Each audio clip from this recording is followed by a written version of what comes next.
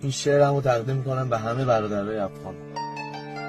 در این تنهایی و غربت پی یک لقمه نان بودم، به دور از اهل کاشانه در این غربت نهان بودم.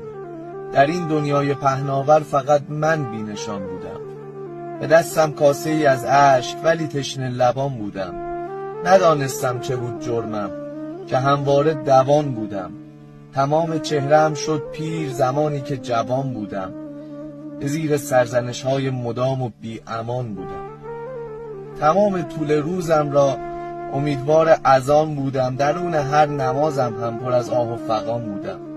درون سینه‌ام دارای قلبی نیمه جان بودم. به راستی جرم من این است که من یک افغان بودم. دارم ز جان ای محمدان، مهر تو پنهان در بغل،